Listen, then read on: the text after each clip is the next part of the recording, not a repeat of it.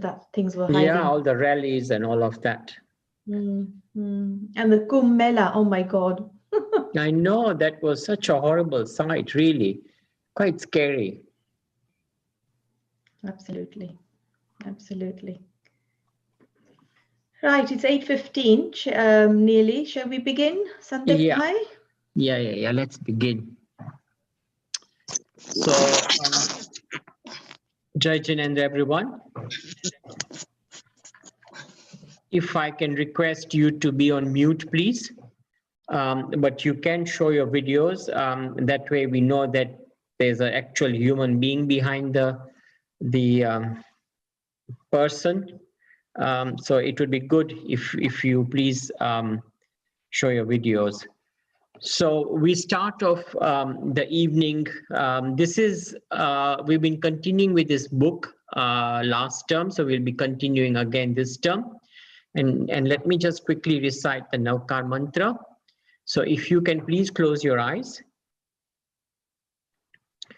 Namo Arihantanam, Namo Siddhanam, Namo Ayariyanam, Namo Uvajjayanam, Namo Loye Sabbasahunam.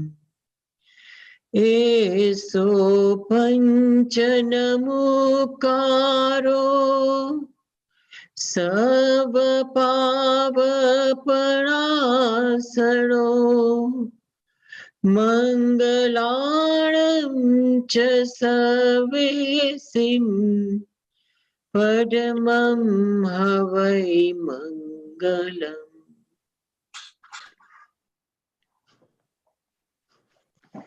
Jai Jinendra, everyone. So this evening, it is our honor to have Rajan Bhai Shah joining in from Sri Channa Vidyapith, Nairobi. Rajan Bhai happens also to be my brother-in-law, but that is just by the way of a slight light introduction. But on a more sincere introduction, Rajan Bhai has been teaching at Sri Channa Vidyapith, Nairobi, adult classes for the last 25 odd years. And over the years, I have seen his own development in terms of his own internal spirituality, his own understanding, and it has been incredible what he has learned. And it's not just, it's not textbook knowledge that he has acquired. It is more of an internal knowledge and internal understanding. And one thing that struck me was his grasp of Gujarati. When I first met Rajan, he could not even understand. I mean, he could not speak Gujarati. He could not understand or write Gujarati. Now he's able to not only write but read Gujarati as well. And this is all due to his development and necessity to understand our scriptures, and that has driven for him to learn this knowledge. So today he will be continuing this wonderful book, The Art of, it's called Amar Vani, which is Art of Life. Very practical book. It is available on Google if you Google it, and there's a link which we can share. And it's a wonderful book worth reading. But it needs somebody to illuminate, and what better person than Rajan Bhai. So I now hand over to Rajan Bhai. But I request you, please show your videos. Do not be silent witnesses. Get involved. Because this is a very discussive book. So please ask questions. Just unmute yourself and excuse yourself and ask. Do not wait until the end. If something is burning, some burning question within you, then please ask. Thank you. Rajan Bhai, to you. Thank you, Sandeep Bhai, for those kind words of introduction. For the benefit of this wonderful audience, let me just tell you on a lighter note that the person who actually introduced me to this path is none other than Sandeep Bhai himself. Actually, all the thanks goes to him for bringing us all together onto this common platform. Great. So tonight's session, Art of Living, and we're actually going to share lots of thoughts from Amar Muniji, who happens to be not only a great saint, but also a great social reformer. And before we start tonight's session, I think it would be right to pay our respects to and salutations to all the gurus who have revealed the truth to us, which is unfragmented, infinite, timeless, divine, and it pervades the entire universe. Akhanda Mandala Param. Please listen to this prayer.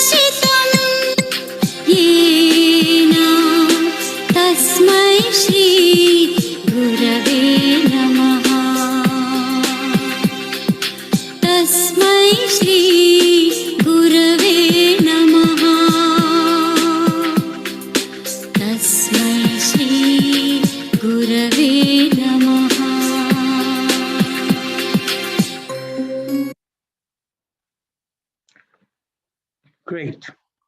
So we're going to start this session with the first question. What is life and what is the essence of life?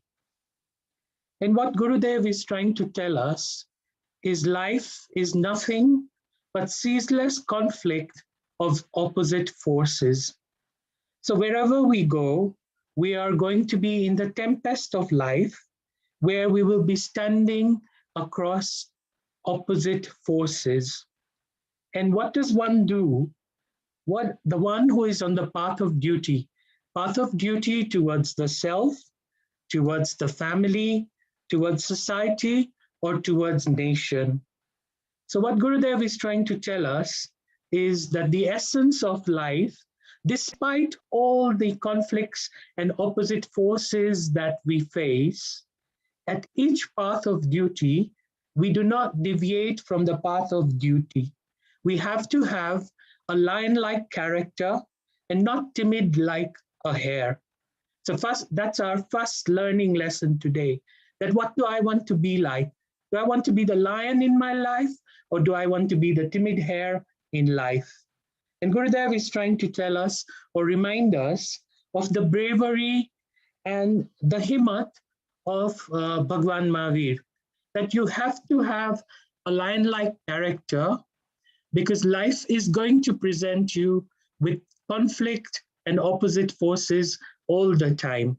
So the first learning lesson for today is one, do not deviate from your path of duty. And secondly, establish a lion-like nature, not timid like a hare, not wanting to run away from the path of duty. And path of duty would be duty towards the self, duty towards family, society, or the nation at large. So that's the first thing in terms of essence. The second thing Gurudev is trying to establish in us is life is dynamism. And the slok there, or the saying goes, chale chalo, chale chalo. So there is no time for stagnation. The whole idea is that we must march forward in life. And we have two pictures there. Now again, he's trying to tell us, do you want to be ever flowing like the beautiful waterfall, or you want to be stagnant like the pond in the village? Which one do we want to be? And this dynamism, he says, needs to be applied at individual level, society level, again, even at the national level. So life needs to be dynamic, and the breath of life is in the flow of life.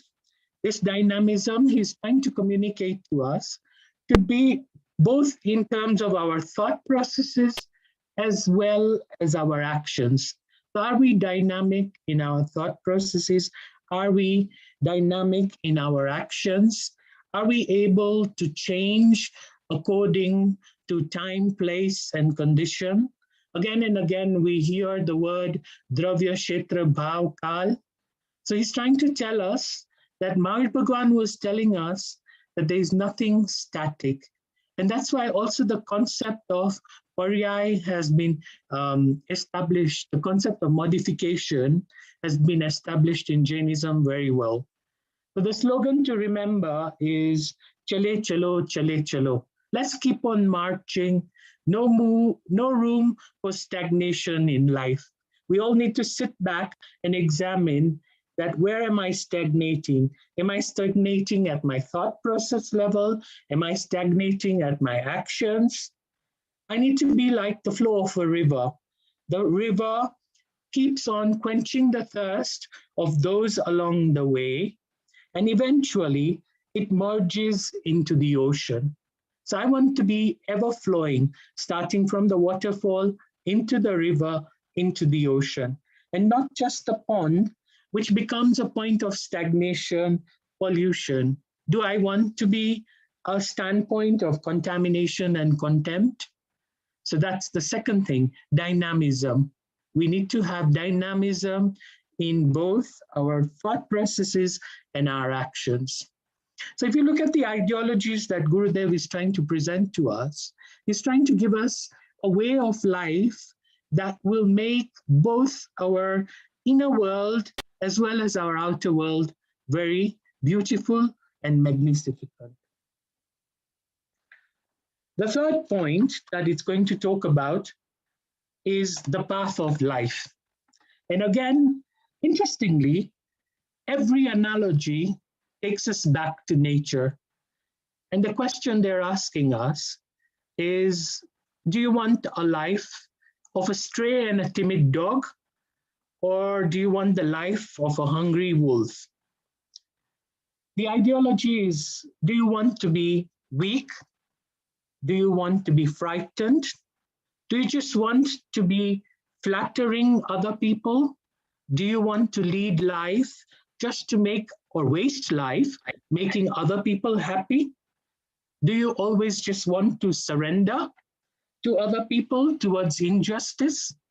And that's the reference he's making to a timid or a stray dog. And such cowards, he says, can never face the battle of life. So if we want to face the battle of life, we can't be timid like a stray dog. Then on the other hand, he's saying that you can't be like a wolf also, ever howling all the time, having nothing but fire around you. So if your nature is just fire all the time, if you're ever howling, you have no cooling waters around you, you're as hard as a stone, then you have no place in life. So what he wants is to have the perfect blend between hardness and tenderness in life.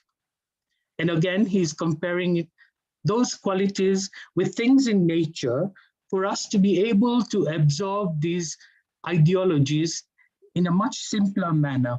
So what he's saying is that, do you have a judicial balance, a samyak or a reasonable balance in your personality between hardness and tenderness? And once again, as we move along, hardness and tenderness will be talked about again later during the talk. The next thing Gurudev is trying to tell us is, what's your purpose in life? Very small but very effective ideologies that Gurudev was trying to present to us. Is your purpose in life just accumulation and amassing material possessions? Khali apne sangrah karwanu chhe? Are we just here to collect material wealth? And he says that for a Shravak, he needs to collect sangrah karwanu chhe, but with the objective of judicial distribution. Distribution, or what we call vitaran in Gujarati, or dispensation, that you need to what you collect has to have an equitable distribution or dispensation in life. So we need to sit back and see that what I am accumulating, is it beyond my reasonable needs? Am I working towards the betterment of a larger society around me? Yeah. So that's the point on accumulation. Interestingly, Art of Life also incorporates the keys to success. And all of us, where those of us who are working, those of us who run families, those of us who run businesses, all would like to know what are the keys to success. And Gurudev says that your tasks become uninteresting, unsuccessful, and incomplete. Why? Why do our tasks become like that? And he says that most of us have no faith in what we are doing. We do our tasks half-heartedly. We're not really interested in doing what we are doing. And we do not put our full energy and power towards that task. And that's what's resulting in our failure. And he says that for anybody to succeed in life, there are 4 keys that we need. And the 4 keys are faith, faith in what you want to achieve or what you are doing, 100% devotion towards your task, making sure that your buddhi is and your intelligence is applied 100% towards that task, and full energy in terms of your physical energy also being applied to that task. And he says that those are the 4 keys to anyone's success. And he says that the one who wants to be trusted and who wants to have a sense of responsibility towards a larger organization or larger setup in society must exhibit these elements of success. That is faith, devotion, intelligence, and energy. So 4 keys absolutely necessary for our success in life. Would we have ever thought that a Sadhu Bhagwant would be giving us these keys to success? Look at his thought process. Look at the wider aspects of our living that Gurudev had thought of more than 50 years ago and they still apply to the kind of life that we're leading today. And that's why we look at him as a social reformer. The next thing, which in this current times, it really applies well to us. Gurudev says that there is only one difference between those who are brave and those who are cowards. And Gurudev says that the difference is one step. The one who is brave moves forward in the battlefield of life. And the one who is a coward will always move backwards. Ek veer ane kayarma ek kadam no fershe. Yeah, and that is one step forward. We all need to sit back and see where in our lives are we being the cowards? Where do we step back from? And where in our lives are we brave enough to put that one foot forward? And we can only progress, as we said earlier, that the slogan is chale chalo, chale chalo. Keep marching, keep marching. And it's only possible with one foot forward. Yeah. So do we want to be the brave one? Do we want to be the coward one? So all the ideas that he's shared under Art of Living are conscious choices that he wants us to make as humans to progress not only towards the development of our inner world, but even our bahya or our external progress is equally important.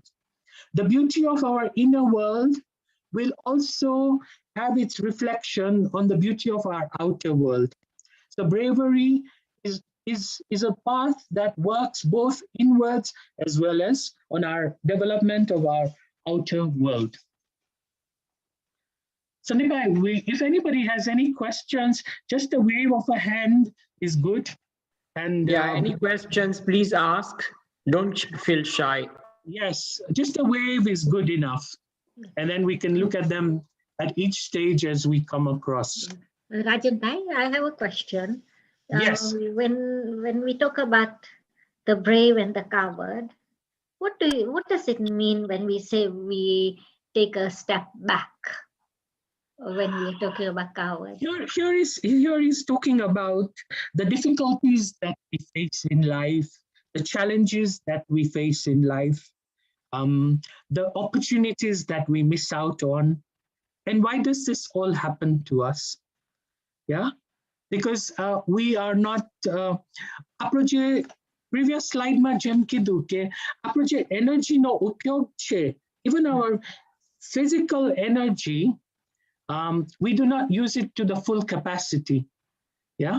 And to overcome these challenges, suffering, everything that comes to us in life comes to us for a purpose. And we will only be able to work towards that higher purpose if we step forward towards meeting those challenges and getting the learning lessons from those challenges that we face in life. Whereas that's why they're telling us that Jains we have a misunderstanding that ours is a path of non-action. Yeah. But actually ours, for Jain, the path of Mahavir is a path of samyak pravruti, or acting within reasonable means. Do what is reasonable to achieve your goals or to perform your duties. Yeah. And to be able to do that, it needs the path of the brave one to keep stepping forward and developing as we move along. That's what Gurudev is trying to communicate to us. Is that clearer, Rita Ben? Yeah. Yeah, it is really interesting because we would say, or if you are comparing, like you had that wolf, picture of wolf there, and we would always say, why we don't want to be a wolf. We'll look at him, he's violent, that sort of, status which is showing, But it is interesting how Gurudev has portrayed this. So going back to that, એ જે wolfની શક્તિનો પ્રયોગ છે એ તમારા પોતા ઉપર કરવાનો છે to bring out your qualities. જે એનો જે બી આપની જે બી કઈ આપની energies છે કે whatever abilities that we have, can we use it to the betterment of the people around us? Yeah, કે તમારા પાસે જે ગુણ છે એનો તમે સદુપયોગ કરો છો કે નહીં? Technically we keep on saying કે આપણને જે પુણ્યથી મળ્યું છે એને પાછું આપણે પુણ્ય બાંધવામાં use કરીએ છીએ કે નહીં? What are we doing with what qualities we get? Yeah. And at the same time કે જે હાર્ડનેસ છે એ બીજા ઉપર એનો પ્રયોગ કરવાની આપણને કોઈ જરૂર નથી. It actually should be used on ourselves to better ourselves.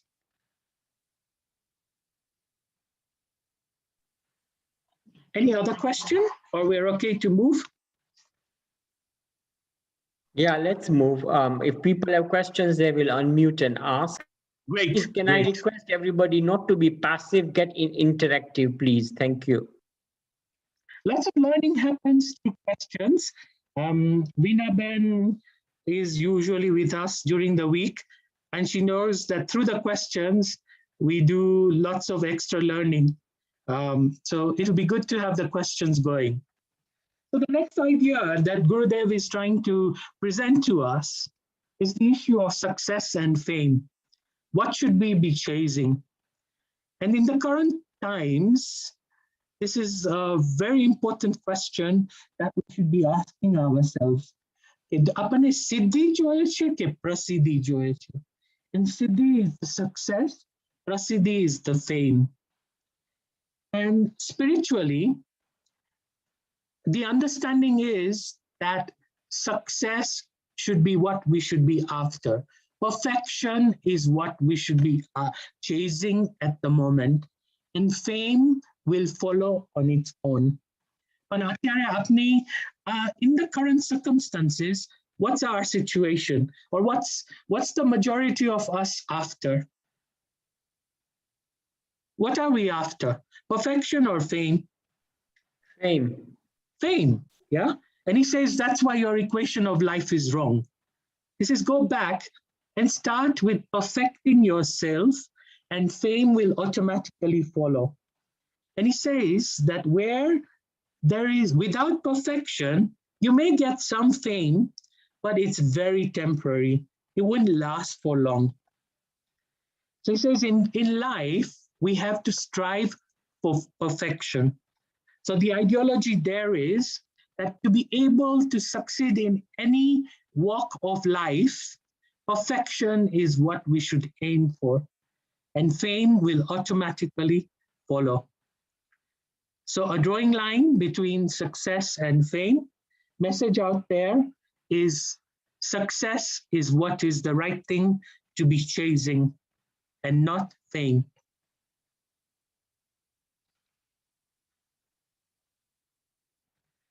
Interesting one. He talks about leadership now. And Gurudev says, either you have to be a leader or you have to be led. There are only two pathways. Either you be a leader or you be led. And again, he says the slogan is chale chalo, chale chalo. And to keep marching, either you're the one leading the march or you're following somebody who has the ability to lead the march.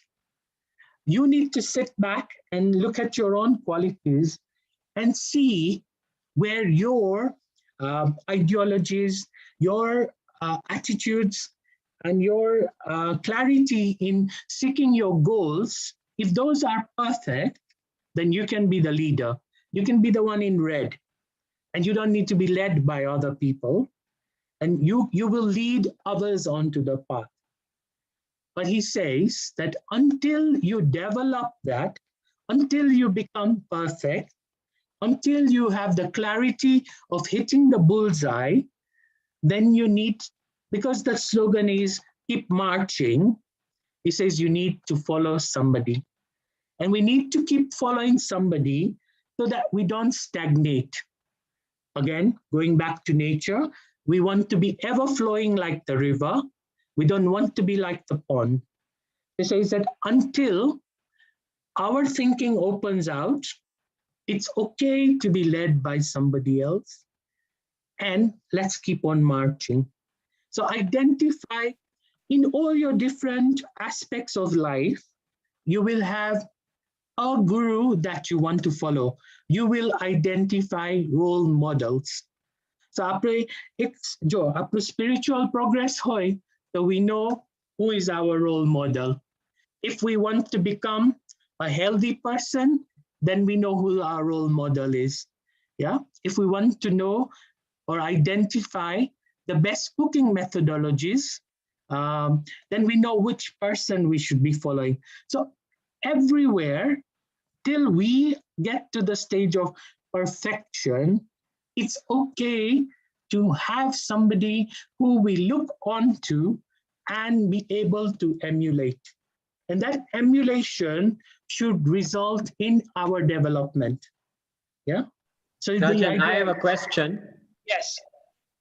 You talk about that until we develop the qualities of leadership, it's good to be led and identify. The problem with the world is that we can easily be led astray by people who we try and follow, not only in spiritual or religious matters, but in a lot of other things. There are so many so-called gurus who, whether it's finance or it is anything in life, who will say, oh, you follow me. And I think it's reached a point where mankind is so skeptical of anybody who says, follow me. There's that cynicism which has come in because people are not sure whether that person is genuine or whether you will develop yourself by following him or not. I totally agree with you, Sandeepai. And that's why Bhagwan presents us with a very good test. We need to apply two things. The test of reasonableness, whether this is reasonable, does it fit into my test of reasonableness? And the second thing is using your Vivek Drashti or your wisdom to discern the power that you develop to discern between right and wrong. Yeah. So those are the two abilities that Bhagwan wants us to develop right from the beginning, irrespective of whether it's to do with our spiritual development, our worldly development, our family lives. Do what is samyak and never give up on your Vivek Drashti. So those are two things, test of reasonableness, and number two, the power to discern between right and wrong. We should never be able to lose that. And that's why understanding Bhagwan Mahavir's philosophy from a broader perspective is very important so that we can apply it to the little things and problems that we face and challenges that we face on a day-to-day basis. Thank you, Rajan. Yes, Sandeepai. Rajan, the other question, I have a question, which is Yes, about please. role models. However, Yes. I can say, I can sort of understand the importance of role models, but it's really difficult to find role models in life. And I'm not sure whether it is our ego which comes in our way when we are thinking of looking, when, even when we see something, someone who is really, really amazing, yet we will always have some, like Sandeepai said, and it's this sort of, we cannot accept what is. So I think, as you are saying, our biggest stumbling block in accepting a role model is our ego. Because the real model role model or the real guru will be really harsh on you because they want to bring out the best of you. And in the process, if our ego comes in the way, then we will never be able to work with that role model. And I think in life, that's the ego is the stumbling block. Our willingness to give up the ego is the stumbling block. So what it says is we should not lose our dignity or self-esteem, but we should, the element of pride that needs to be worked on. And role models can only have a place if we allow that pride and ego to kind of to settle away, so that the best can be brought out in us in terms of the qualities that we want to develop. Can I just clarify something? I think you're talking about a mentor, aren't you? Somebody who guides you, and it's somebody who guides you along the way. Because yes. A role model could be somebody you admire, but necessarily don't have someone who's guiding you. Yeah, I mean, a simple role model, Rasila Ben, when you were young and you were learning to cook, the Tamara role model kon hata? My family, my mom. Your mom, yeah. Yeah. We look upon them to get all the tricks and tips. No, I'm talking in general, and now people talk about role models, great person, etc. But those people are not going to be within your sphere of guiding you. That's what I. But I think the best guidance comes from the ones who are nearest to us. Absolutely, I agree with you. Completely agree with you. Yeah.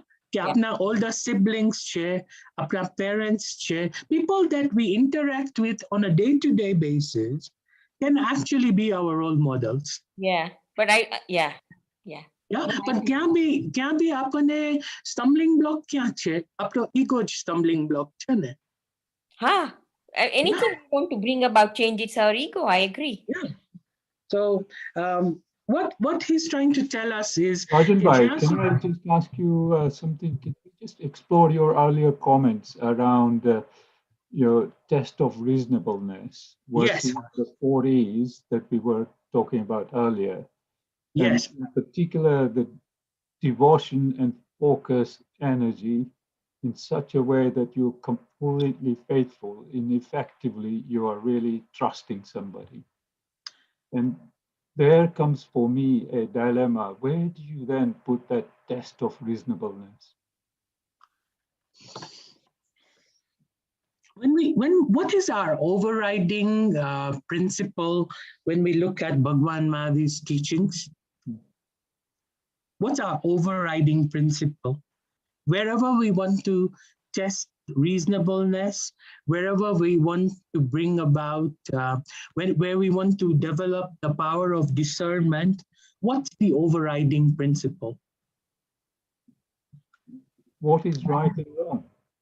Yeah, so that's what I'm saying is to make that difference between what is right and wrong, there is one basic principle that Bhagwan wants us to use. What's this discerning principle? Yeah, I think it's very interesting. It just needs to reflect and contemplate to get this really, because what you want to do is that it becomes kind of part of your nature rather than becoming. Okay, Jay, so your first question, in terms of test of reasonableness, and also in terms of the power of discernment, is that which will work towards the kalyan or the betterment of the masses will be reasonable and will be right. And concept of ahimsa, concept of compassion will automatically follow. Then secondly, what you're saying is faith and a devotion chair. Yes. It will come to a stage where it is your inherent nature to express these qualities. Yeah, and the path of sadhana is actually to develop, to become that these things actually become your second nature. At the moment, we're kind of sitting on the fence where we need rules and regulations to develop these things called faith, devotion, the right knowledge, and making sure that our charitra goes in the right direction. So we have a set of rules that we follow to make sure these things are achieved. But actually the path of sadhana is to exactly what you said. You want these things to become your nature. Yes. Yeah. And this is what the Mari Bhagwan's path of sadhana is actually that. Yeah. કે તમે જે બી તમારું inherent nature છે is what is coming out. Yeah. That's what is. Yes. Thank you. Another great point that he's trying to bring out, that do we like to hold on to things in life, or we want to go towards the summit of life? Yeah. What he says is, what are these scaffoldings in life? Rasalaben, શું લાગે છે આપણી લાઈફમાં આ બધું scaffolding શું છે જેને આપણે પકડીને બેઠા છીએ?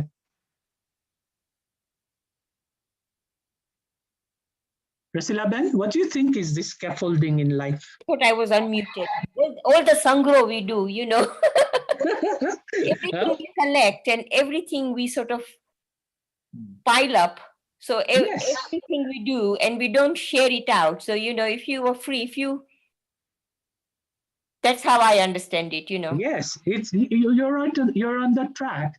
Because what he's trying to tell us is that tamari wealth che, tamaru honor che, tamari family che, tamara friends che, all your acquaintances. Yes. What do scaffolding che? And initially everything is necessary. અને પુણ્યથી આપણને આ બધું મળે છે. So what are we going to do out of it? He's talking about attachment here. Yes, he's talking about our attachments. Yeah. Are you going to hold on to them? Or are you going to make the best use of these things that you have been presented to and get to the summit of life? Yeah. The problem is that આજે આપણને બધી વસ્તુ છે, wealth, honor, family, friends, acquaintances, આપણું પકડ or our hold is so strong on them that they become poison-like for us. And he says you need to know when to drop these things. Yeah. છે કે તમને ખબર પડે કે how to drop this, and the dropping he's not talking about not having these things.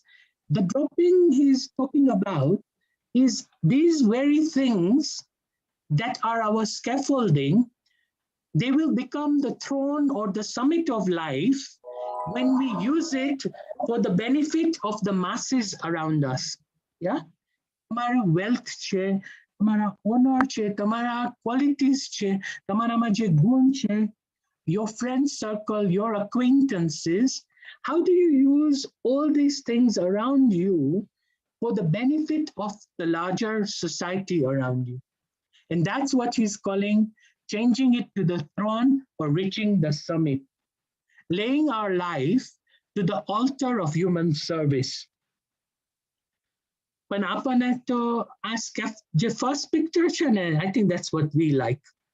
Yeah, holding on to everything. This is the I situation, and the one on the summit is the V situation. The one who is WE is the one who can experience freedom. And that's what Gurudev is trying to communicate to us. Yeah. So I have problems. One minute.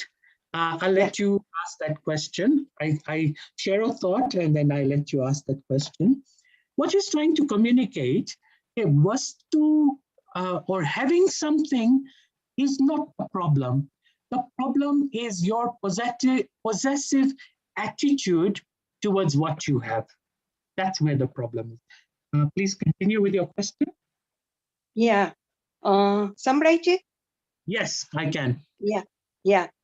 ના હું કહેતી હતી કે આ Covid આવ્યું ને ત્યારથી આ લાસ્ટ 1 year એટલું બધું શીખ્યું કે આ બધું જે બહુ બધું ભેગું કરેલું હતું, I think there is no અત્યારના કંઈ યુઝ જ નથી કરી શકતા આપણે એ બધી વસ્તુઓનું. તો I think covid has taught us a lot કે ઘણું લાઈફમાં શીખવાડ્યું કોવિડ. Yeah, so there goes the saying that they tell us that wardrobe ma ek varashthi vastu je aidi na hoy, that means that we don't need it. So it Yeah, is the current circumstances actually tell us how much we have accumulated, that which we really don't need. Yeah, and which we could have used for that resource could have been spent for the benefit of somebody else somewhere who has a greater need than us. Yeah. So as we said earlier, આજે બધું આપણને લાગે કે આ suffering કે Covid નું situation અને કેટલા દોઢ વર્ષથી second year going, we are all undergoing it. But I think human race માટે સૌથી મોટો learning lessons individually we should get out of this. That what is it that it's trying to present to me in life? Yeah, where did I go wrong towards prakriti or nature that now I have been presented with this? Yeah, and as we all agree that ours is the path of self-responsibility. આપણે તો કોઈ કઈ જ ના, આ સ્વાધ્યાય ગ્રુપમાં આપણે કોઈ કહી ના શકીએ it's the Chinese who brought it to us. We brought it to ourselves. We have contributed equally towards this happening. Yeah. So it's a part of self-responsibility. And in scaffolding versus throne, what it's saying is કે જે પુણ્યથી મળે છે એનું આગળ આપણે શું કરવું છે? પુણ્યનું બંધ કરવું છે કે પાપનું બંધ કરવું છે? Yeah, and he said that's the only way towards freedom is punya from punya. Yeah, so that's the scaffolding and the throne. Rajendra, I guess. Yes. Rajendra, I guess the other thing which sort of the picture represents is the scaffolding. Is ke બધું આપણને જે મળ્યું છે, all the people we have, everyone is there for a reason, and we are all and we move up. When we are at the top, then it is because of them. It's appreciating them. It's having gratitude. આપણે પોતે એમને એમ નથી પહોંચ્યા. There is so many circumstances, people, everything has allowed us to also climb up. So in as much as the scaffold is important, and gratitude and appreciation in the current times absolutely important, but je vastuni bakad છે ને, that we need to live. Yeah. And for people, wealth, our circumstances. We always want to sit back and cry about situations that we were put in. Yeah, and that's what he's trying to tell us. Those who want to be set loose need to go beyond these things. So Emma, Ajare, when you are at the top, and Gurudev talks about weak, and this is a concept of weak. What does that really mean in this? Because આપણે જ્યારે આપણે ઉપર પહોંચીએ આપણને તો થાય કે આપણે જ કર્યું બધું. What it's trying to tell us is કે જે આપણને પુણ્યથી બધું મળે છે એનો સદુપયોગ ક્યાં થવો જોઈએ? What it's trying to say is કે આઈમાંથી V philosophy માં જવાનું છે. અને જે V philosophy, the one who doesn't have, actually Karma Bandh, now I can introduce some technical bits. Karma Bandh no more karan શું છે? What is the main reasoning behind bondage of karma? Attachment. So જ્યાં I માંથી V માં convert થઈ જાય તો વચ્ચે drop શું થઈ ગયું? Big more, big ego. Ego and attachment dropped. When we move from I to we, and that is why it's talking about the freedom at V stage. Yeah. That's why it's talking about the freedom. Freedom, karmanu freedom ni વાત કરે છે. એક વખત attachment મૂકી દેશો, so we are going to be karma free. That's the freedom. That's the summit. Yeah. અને આપણા માટે કર્મ free summit શું છે? Yeah. Karma free summit. What's the karma free summit? 14th Happiness all the time. 14th Gunasthan is where we want to be. Yeah. Permanent happiness. Yes. Yes, bliss, permanent happiness. But the thing that is stopping us there is this attachment. And એને scaffolding કીધું. In as much as scaffolding જરૂર છે, you'll get to a point when you need to drop it. Yeah? Great. Shall we move? Very interesting theory that it presents to us, the theory of rebound. Yeah? And Gurudev, again, two classic examples from our life. Yeah? કે જ્યારે નિલેશભાઈ બોલ પડે છે ત્યારે શું થાય છે? What happens to the ball when it hits the ground? It bounces up again. It bounces up again. And what happens to water when it hits the rocks? The second picture. Yeah, it splashes again with a greater force.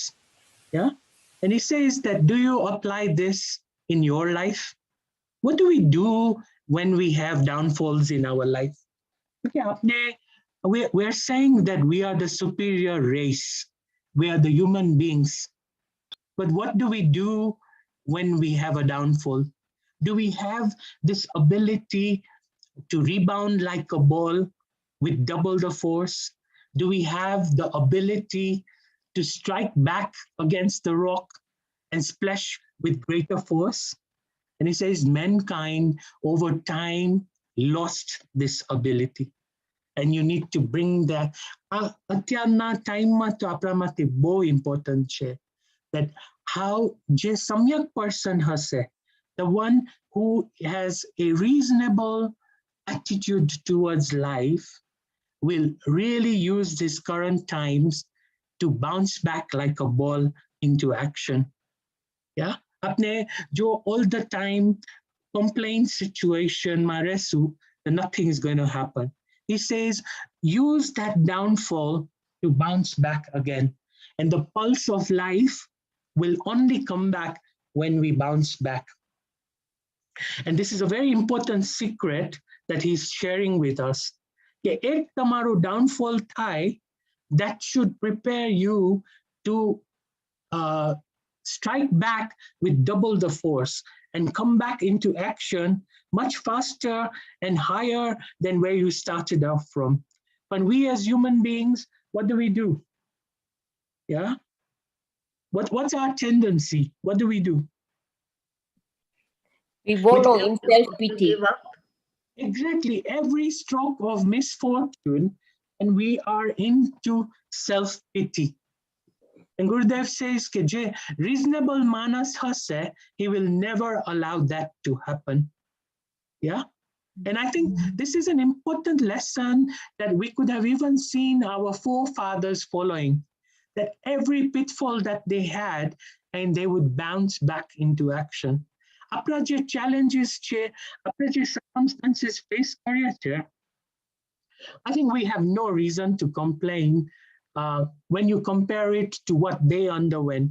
Some of them left homes when they were between 10 and 12 years old, but they really knew how to chart life. And Gurudev is exactly talking the same thing.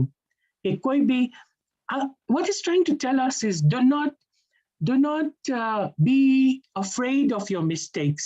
Use those mistakes to bounce back into life.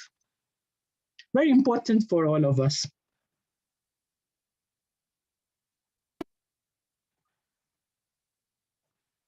Another very important ideology that Gurudev wanted to present, and he says he was once in Delhi, and he was at the top of the Qutub Minar. So he sort of climbed up into the heights of the Qutub Minar, and then he looked down upon the streets, and he was trying to see આ બધા જે sounds છે, what do they resonate to me like? Yeah, is it very discordant sound.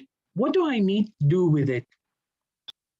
And he says, at that time I remembered that from a spiritual standpoint, every now and again, man needs to move into a higher plane of operation. Approach existence che, approach thinking che. What plane of existence are we on at the moment? What is this commotion and very day to day, very much involved with everything. Yes. Not giving ourselves the space and the time to step back or to step away. Yes, and exactly that's what he was trying to say. Climbing the higher plane or looking at things. He was exactly telling us the same thing. From climbing. You are muted, Rajan bhai. No, I'm not muted. No, we can hear Rajan. We can hear him.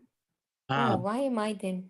Okay, so what he was trying to say is, when he meant the Qutub Minar, he meant that the higher plane of existence. Our problem is that we're involved in the mundane existence, and this is where we have commotion, where we have noise, we have banging, yeah, and our old confusion, discordant thought processes. This is what he was trying to talk about. And he says, look at life from a distance, yeah, and time and again move into the spiritual plane of existence. Karuk life ne distance ki jo, yeah, give yourself some distance and make space for less conflict, peace and bliss, and harmony to arise. And different pathways of sadhana, whether we look at meditation, we look at the art of silence, we look at doing samaik, we look at mantra sadhana, all this is what it's trying to tell us is we need to move into a higher plane of existence so that we can create time where we resolve conflict, we can be more peaceful and blissful, we are in harmony, we're able to change our thought patterns and look at life with a wider and bigger picture in mind. That's what the objective is. And that's what he was saying, move to a higher plane of existence. So all the time, commotion, we need to move away from that. And this commotion is at the mind level. We need to give ourselves a break to clear our thought processes, to clear our resonance. The wavelength at which we're resonating is very important. With the Samberusha sufferings can be blessings. Yeah. And this is exactly what Gurudev is telling us. That every suffering that we undergo is supposed to be a blessing.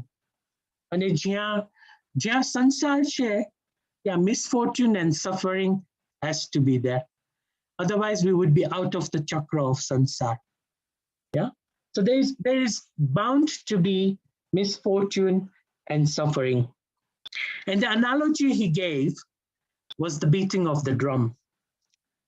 So jare drum mati sound nikre che, to ena mera eti nikre che ki koi striker joye. Does it? Exactly. The drum needs a striker. And what he's trying to tell us, your music of life will never be there if you don't have the striker in your life. And the striker in your life is all the suffering that you're undergoing. That strikes you into different wavelengths of operation and you resonate music, just like the drum does when the striker hits the drum. Yeah? And apne to suffering thi etla bhi we don't allow the drum to have a strike. Yeah. So how are we going to resonate at a higher level if we don't understand the basics of suffering? Yeah. So again, he's saying that these are opportunities to develop strong personalities within ourselves. Every element of misfortune that you have undergone should actually reflect into your personality development. Your spiritual energy will resonate differently through all the suffering that you undergo. And then you start, the frequency and the wavelength at which you operate also has an impact on those around you. So more important, Pramante, how we take the challenges of life. And really good analogy that the drum can never produce good sounds if it doesn't have a striker. So our life must striker challenges, misfortunes, or what we are calling the sufferings. But actually, those are our stepping stones to our own development. And that's what Gurudev wants us to think about. Can you imagine, ek analogy ma, he has made sure that he relates to something in nature which sits very well in our mind. Yeah. So the next thing, you want to be hay or you want to be gold? Rasila Ben, hay or gold? Gold. According to your pictures, I would love to be gold because I don't want to burn. Nature, we burn like, hay. We burn like hay. Yeah. And he says the choice is yours. Yeah. And whether you respond to what is provided to in your outside environment or you react to it. Yeah. And a gold nu response that it glitters even more once put into fire. Yeah. And a henu reaction and it burns. So when we are faced with circumstances and suffering, do we want to be hay-like or we want to be gold-like? Yeah. Do we want to shine out of these problems, make sure that we develop ourselves better than where we started from? Yeah. So reactions and responses is what will make the difference between hay-like and gold-like. And that's what he's trying to communicate to us.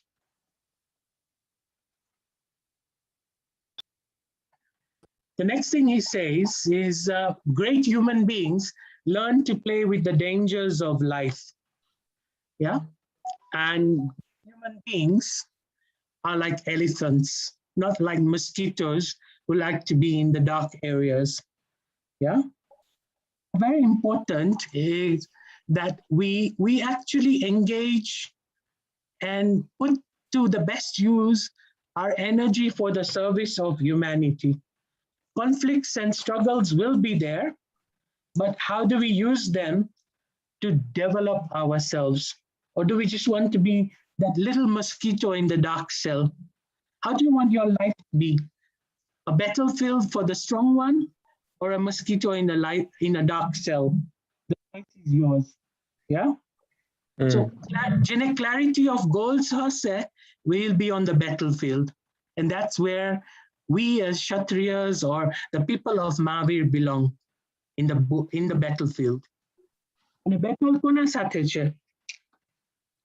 Bija sathe ke pota sathe? With the self. The real battle is with the self. And that's the war that we need to win over. Great.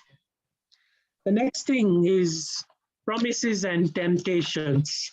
And we all know Rajamati and Ratnami's story very well, where Rajamati actually told Ratnami that, are you wanting to be the person who eats his own vomit? Yeah, that's dog-like behavior, and it's better to die in that situation. So what Gurudev is trying to tell us is you cannot compromise on your principles. No matter what your temptations are, the art of life is never make compromises. Tamara je core principles che, ત્યાં ક્યાંય compromise ન થવું જોઈએ for a successful life. So that's what he presented in Keeping Your Word. Ratnami's story in Uttara Dhyan Sutra, chapter 22 has been presented very well. And then he says that benevolent exploitation for survival. We as Shravaks and Shravikas, we have to work, we have to earn to survive and also make other people survive. And what do? We want to make sure that we churn out the world's resources like the first figure at the expense and cause injury and harm to other forms of life?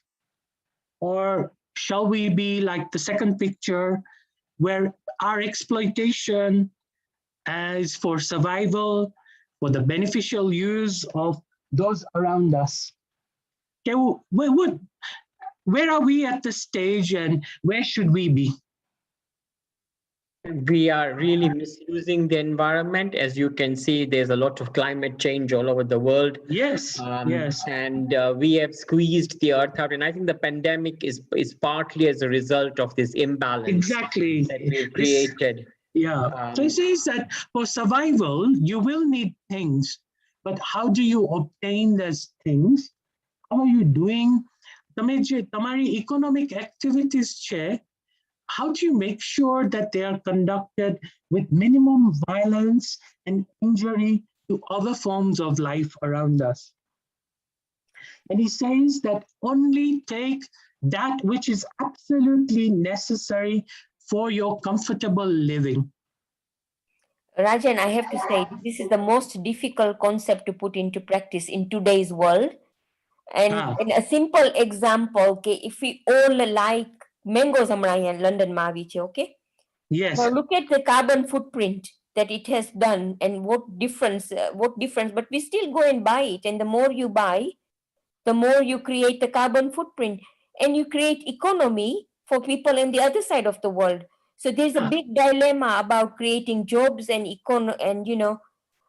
wealth for people who are on the other side of the world. Tamaro bhav bo important. Ane chele avse pachu ke ek vastuma tamaro je bhav che or your inner feelings, yeah, apne jare mango consume kariye che tyare bhav su che apne. Yeah, I mean, we are attached to the taste of mango. That's why. Exactly. But eventually, thodo kapru change in thinking badlai, to e bhav su thase. Yeah, actually, jare mango khaye to bhav kya sudhi pahunchvo joye, feeling kya sudhi pahunchvu joye. Which is asking for a higher level of thought process. But where should it reach? I'm not following you, so I don't know how to answer. Jo, first bhav to change. Ke mane bo bhav che etle hu khau chu. No, but you also think, okay, if I buy, then somebody else nu vechai, so it creates a line of Look at that chain, and amaro bhav producer jene mango seed plant kari thi ne, ત્યાં સુધી જો તમારો ભાવ પહોંચી જાય, yeah. Then you can say that with everything in world, and then you find excuses for things. So I think what you're trying to say is, whatever you do, just get what is absolutely needed, because sometimes exactly. What you need, reasonably comfortable living, and make sure that you're not stepping on somebody else's footsteps. Yeah, jo mango lewa ma બીજા 5 જણા ને હિંસા થતી હોય તો પછી મારે mango નહીં ખાવાની. Yeah, that's what it's trying to tell us. Yeah, I was thinking about it. Yeah. Yes, and Gurudev's example was very good, and he says ke apne in the olden times, how were we milking the cows? By hand. How did we? By hand. And pela je pelu milk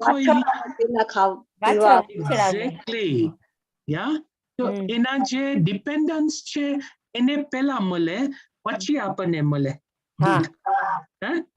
So ke tamaru thinking should be like that whatever I am creating first is for the benefit of others, and eમાંથી જે બચશે what remains is for my self use, for my reasonable living. પણ આપનું opposite છે. Opposite છે, of course, yes. કે પહેલા મારું comfortable living અને જો કાંઈ બચે તો બીજા માટે. Yeah, yeah. અને બચવાનું છે જ નહીં, because comfortable living ની કોઈ સીમા નથી. Yes. Yeah. And that's Yeah. why it started the other way.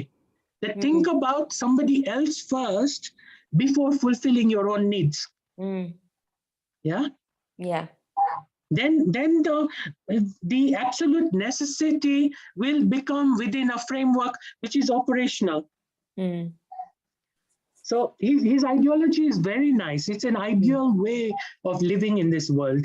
And the resources that we can create can be used for the benefit of so many people around us. Yeah? Yeah, thank you. The next thing it talks about is hardness and softness. So તમારે જે coconut છે એમાં બારે hardness છે અને અંદર softness છે અને એક બાજુ પથ્થર છે.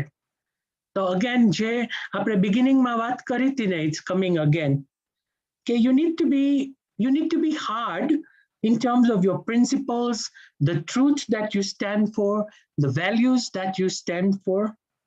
But at the other end, you also need to be soft in terms of the love, the respect, the dignity that you give other people, the compassion that we express, the flexibility that we have in life. Yeah. તો આપણને પથ્થર બનવું છે કે નારિયેળ બનવું છે? Yeah. The choice is ours. Yeah. And in life, we need to make that important choice. Yeah. આપણે really, our nature should be like the coconut, very nurturing. Just a few more points and we are going to be through. And then he says, where does the best music of life beat from? Yeah? And એક iron slab hoy and ek butter hoy.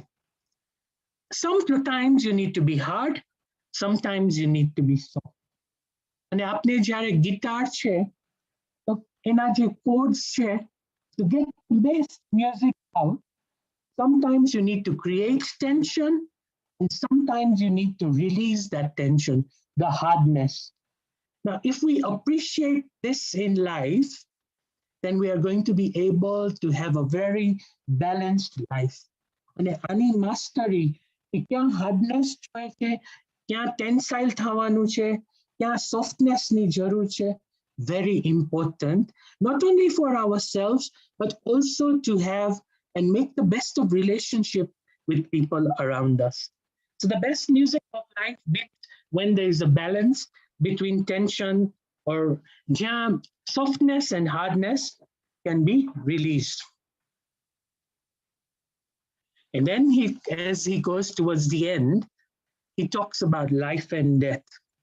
So we've been taught that જ્યાં life છે ત્યાં breath છે, and where there is no breath, there is no life.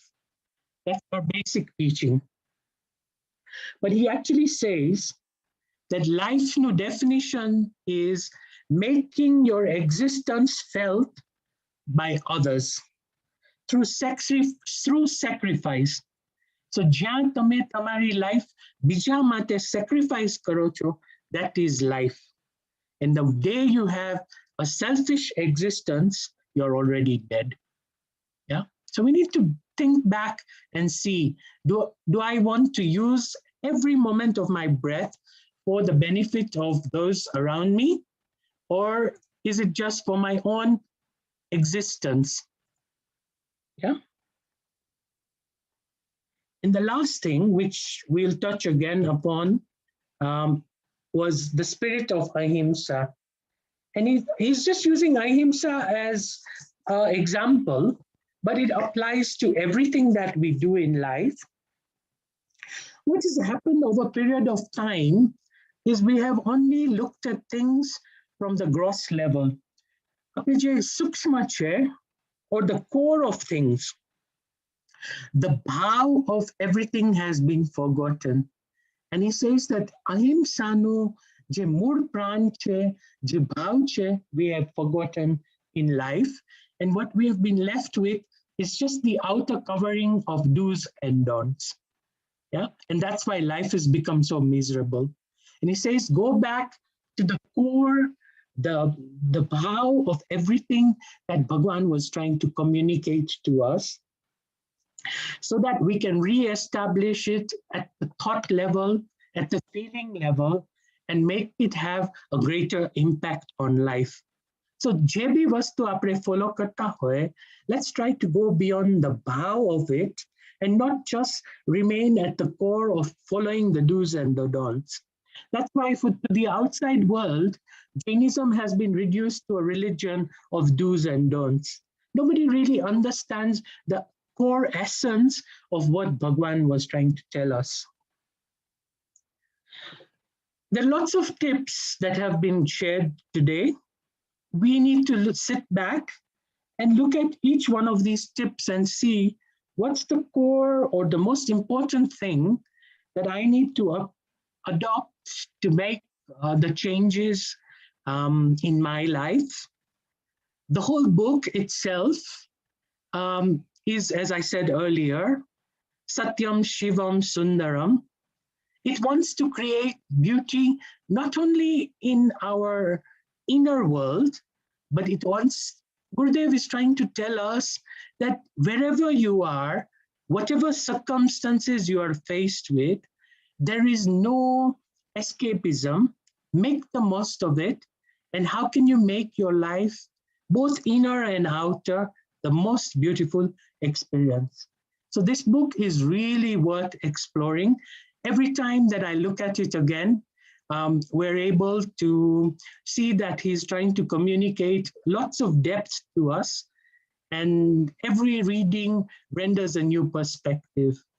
Sandeep Pai and Nilesh Pai, SCVP London, I take this opportunity to thank you for allowing me to present my thoughts to you tonight. It's been a wonderful experience for me again to look at this book at a different angle. Thank you once again. Thank you, Rajan. It's been fantastic, actually. It's really good. Thank you, Rajan Bhai. From all of us in London, it's 11:30 there, and you are still awake. So thank you very much, Rajan, for honoring us with your presence. And we will, of course, call you again, so you can't escape that quickly. It was a very interesting lecture, and you really thrown a great light on Gurudev's Amarvani. So thank you once again, all of you. And now I will just request Rasila, if you can recite the Manglik, please. Om Namo Arhantanam, Namo Siddhanam, Namo Ayaryanam, Namo Vajjayanam, Namo Loe Sabba Sahunam, Eso Panchanamukaro Sabba Pavapanasano, Mangalanancha Sarvesim Patamam Havai Mangalam, Chattari Mangalam, Arahanta Mangalam, Siddha Mangalam, Sahu Mangalam, Kevali Panato Dhammo Mangalam, Chattari Logutama, Arihanta Logutama, Siddha Logutama, Sahu Logutama, Kevali Panato Dhammo Logutamo, Chattari Sharanam Pavajjami, Arahante Sharanam Pavajjami, Siddhe Sharanam Pavajjami, Sahu Sharanam Pavajjami, Kevali Panatam Dhammam Sharanam Pavajjami. Thank you. Just to let you know, tomorrow morning we have a session with Pujya Acharya Sri Channaji Maharaj. So those, I think it was shared in the various WhatsApp groups. So those who are obviously at home and not doing much, please do make an effort to join. It's a very rare opportunity. And wish you all a good evening. Rajan, once again, thank you very, very much for taking out your time and giving us this wonderful thing. And everybody, if you can unmute and give a clap to Rajan Bhai, please. Thank you. Thank you for inviting me, and it's great to engage with like-minded people. Thank you Thank so you, much. Rajendra. Thank you. Thank you. Thank you, Rajan. Thank Bye. you. Thank you. Thank you. Bye, everyone. Thank you. Bye-bye.